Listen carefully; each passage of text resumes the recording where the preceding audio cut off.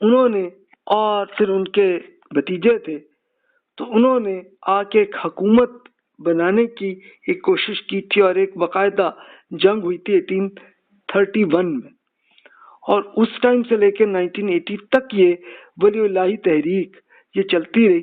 تو انہوں نے ایک باقاعدہ جنگ ہوئی، لیکن یہ بالاکوٹ میں جام بحق ہوئے، اور انہوں نے ایک جہاد اس طرح سے انہوں نے یہ کیا تھا کام اس زمانے میں، کہ جس میں وہ چاہ رہے تھے کہ ایک باقاعدہ ایک دینی حکومت بن جائے، لیکن کامیاب نہیں ہو سکے وہ. اچھا، انہی کے کچھ اسٹوڈنٹس نے پھر ایک یہ کام کیا کہ ایک ہم مدرسہ بنائیں تاکہ ہم یہ ایجوکیشن کا ایک سلسلہ بنے. 1861 میں یہ سلسلہ شروع ہوا اور آج تک جاری ہے، اور اس میں دیکھیے کہ پھر بھی وہ دین کا علم وہ پہنچا رہے ہیں آج تک. یہ دیکھیں کہ یہ بھی وہ جہاد کر رہے ہیں اس طریقے سے، تو یہ ایک اسٹریٹجی اچھی ہے. اسی طرح ہم حاجی شریعت اللہ صاحب، یہ بنگالی بڑے اسکالر تھے، 1840 میں ان کا انتقال ہوا. انہوں نے بنگال میں آ کے پوری ڈیٹیل سے بتایا کہ بھی دیکھیے ہم شریعت کے خلاف ہم یہ کر رہے ہیں، اس کو ہم چھوڑیں. تو انہوں نے یہ کام کیا تھا اور اس کا دیکھیے رزلٹ آیا. پھر ہم انڈیا میں دیکھیے تو جماعت اسلامی تحریک 1941 میں بنی. پھر اسی طرح ایجپٹ میں اخوان المسلمون 1928 میں بن گئی تھی. انہوں نے ایک سٹرگل انہوں نے یہ کی کہ یہ پوری اصلاح کرنے کی انہوں نے کوشش کی تھی. اس کے بڑے اچھے رزلٹ بنتے رہے اور بہت سے لوگ نکلتے آئے، لیکن پھر دونوں نے یہ ایک سوچا تھا، ایک ٹارگٹ کیا کہ ہم ایک دینی حکومت بنائیں، لیکن وہ ابھی تک نہیں کر سکے. تو اس سے یہ پتا چلا کہ اصلاح کی جو انہوں نے کوشش کی اس کا ایک اچھا رزلٹ آیا، لیکن حکومت بنانے کی کوشش وہ کر رہے تھے، لیکن اس میں پھر ابھی تک دونوں ممالک میں نہیں ہو سکا. عسکری تحریکیں بھی بنتی رہیں، اس کی ڈیٹیل بھی آپ سن سکتے ہیں میرے لیکچرز میں بھی، بکس میں بھی. تو اس کے لیے انہوں نے ایک باقاعدہ ایک جنگ کیا، لیکن اس کا رزلٹ آپ ابھی بھی دیکھ سکتے ہیں کہ یہ کئی ممالک میں، یہ اصل میں اخوان المسلمون کے بہت سے لوگ الگ ہو کے انہوں نے ایک پارٹیز بنائی تھیں، لیکن اس کا پھر رزلٹ کیا آیا؟ کیا ابھی تک وہ دین صحیح طرح سے پہنچا سکے ہیں یا نہیں؟ بہت ساری دعوتی اور اصلاحی تحریکیں بنی ہیں، جیسے تبلیغی جماعت ہے، دعوت اسلامی ہے، اور اسی طرح انڈیا کے وحید الدین خان صاحب نے یہ اصلاح کی کوشش کی، اور اس کا رزلٹ بھی آپ خود اپنے آپ انڈیا میں، پاکستان میں اس کا رزلٹ بھی آپ دیکھ سکتے ہیں. تو آپ کو نظر آئے گا کہ بہت سے لوگ وہ دیندار بن رہے ہیں. تو جہاد کا یہ بھی طریقہ ہے.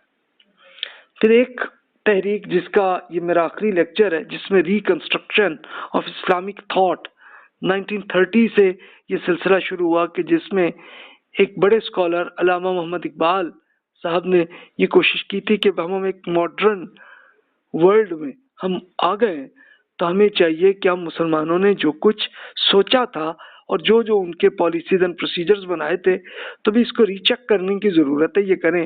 تو دیکھیے اس وقت سے آج تک یہ سلسلہ ہے، تو اس میں رزلٹ بھی آ رہا ہے. آپ کو بہت سے اسکالرز آپ خود یوٹیوب میں بھی دیکھ سکتے ہیں کہ جو ایک اس طرح سے علمی طور پہ وہ ڈیٹیل سے بتا رہے ہیں کہ جناب یہ چیز دین کے احکامات ہیں اور یہ نہیں ہے. اور اس میں کچھ اسکالرز نے جو پہلے سوچا تھا اس لحاظ سے ٹھیک تھا، لیکن اب ہمیں دوبارہ کچھ اور طریقے سے سوچنے کی ضرورت ہے.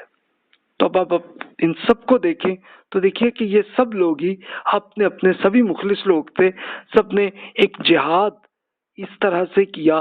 تو پھر رزلٹ کیا ہوا؟ اصلاح کی اور دعوت کی جنہوں نے کوشش کی تو وہ کامیاب ہوئے، اور جنہوں نے ایک باقاعدہ عسکری طریقے سے کوشش کی تو وہ کامیاب نہیں ہو سکے. یہ تو پریکٹیکلی آپ دیکھیں یہ آپ کو آیا. تو اب دیکھیے تو ہمارے لیے ایک اسٹریٹجی اور اس کے رزلٹ کیا ہونے چاہیے کہ جس کو ہم ون لوز سچویشن میں سے سلیکٹ کرنا کہ کامیابی یا ناکامی. اب دیکھیے اصلاح کسے کرنا چاہیے؟ جیسے اب بہت سے لوگ کہ جس میں دینی شوق ہوتا ہے لیکن وہ پھر اس طرف آ جاتے ہیں کہ ایک دھماکے کرتے ہیں، گاڑیاں اور پیٹرول پمپ پہ حملے کر رہے ہوتے ہیں، تو اس سے پھر کیا کوئی دیندار بن جاتے ہیں لوگ؟ آپ خود اس کا خود آپ فیصلہ کر لیجئے۔ حکمرانوں کی روایتی بیانات کو آپ دیکھ لیجئے، ایک تو ایک بڑا نیکی کی وہ بات کر رہے تھے، پریکٹیکلی عمل بھی ہو رہا ہے کہ نہیں ہو رہا۔ اپوزیشن کے الزامات آپ دیکھ لیں، اس طرح اخبارات کے آپ آرٹیکلز پڑھ لیجئے، میڈیا کی رپورٹس آپ پڑھ لیجئے، ہمدردی اور افسوس کی لہر ہی آپ کو نظر آئے گی اور کچھ نیگیٹو اثرات کی آپ کو نظر آ رہے ہوں گے۔ تو یہ لوز سچویشن بن رہی ہوتی۔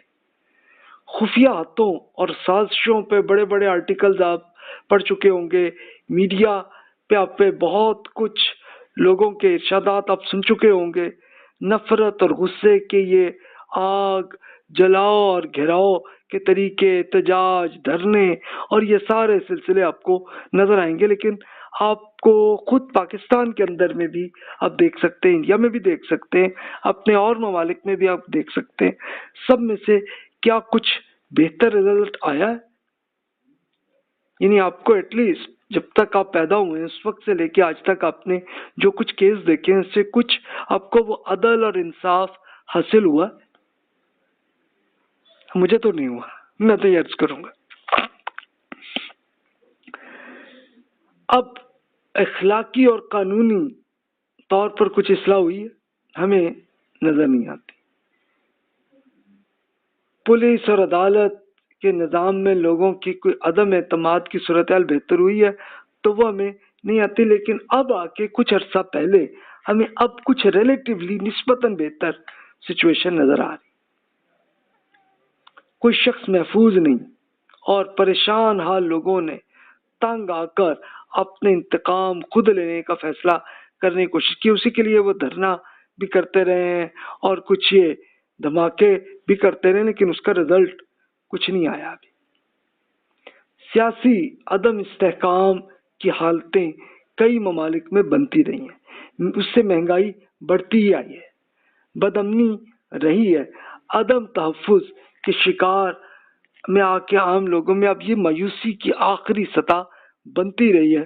اب پاکستان کے کیس میں بھی دیکھ لیں تو آپ کو 2010 2011 12 13 14 تک کی آپ خود اپنی سچویشن کو آپ دیکھ سکتے ہیں، اس کے بہتر آپ کو ریلیٹیولی کچھ بہتر حالات آپ کو نظر آ رہے ہیں۔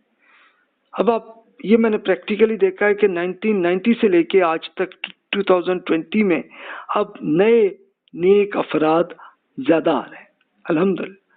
یعنی 1990 میں ہم لوگ نماز پڑھتے تھے تو دیکھتے تھے کہ کم لوگ ہیں، لیکن اب آپ کو زیادہ نظر آئیں گے۔ تو یہ کیوں؟ اس لیے کہ اصلاح کرنے کی کوشش لوگوں نے کی ہے اور رزلٹ پھر آپ دیکھ، نماز کا فروغ زیادہ ہو رہا ہے اور اب کرپشن پہ ایکشن بھی ہو رہا ہے۔ تو یہ پاکستان میں نے دیکھیں، آپ دیگر ممالک میں بھی دیکھ لیں تو آپ کو ریلیٹیو سچویشن آپ کو نظر آئے گی۔ اس میں یہ ایک نظر آتا ہے سچویشن کہ 2000 کے بعد ایک بہتر سچویشن اس لیے نظر آئی کہ اس کے بعد ہمیں جب ہم انفارمیشن ایج میں ہم آئے ہیں تو ہمیں اصلاح کی بہت سی آپشنز ہمیں مل گئی ہیں اور بہت سے لوگ اصلاح کا فائدہ بھی اٹھا رہے ہیں، اس میں آپ بھی ہیں، میں بھی ہوں، اس کے لیے ہم کوشش اپنی اصلاح کرنے کی کوشش ہم کر رہے ہیں۔ تو یہ بھی جہاد ہے جو ہم کر رہے ہیں الحمدللہ۔